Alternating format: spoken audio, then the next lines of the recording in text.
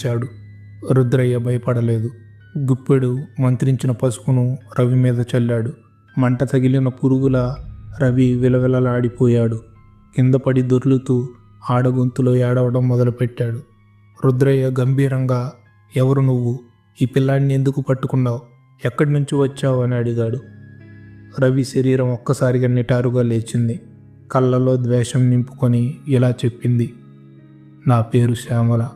10 ఏళ్ల క్రితం ఆ శ్మశానం పక్కనే నా మీద పెట్రోల్ పోసి తగలబెట్టారు.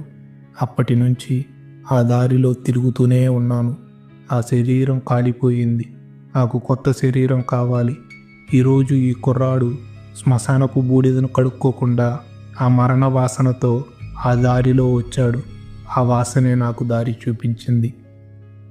మైలు లోపలికి వస్తే నేను రాకుండా ఉంటానా? ఇప్పుడు ఈ శరీరం నాది. నేను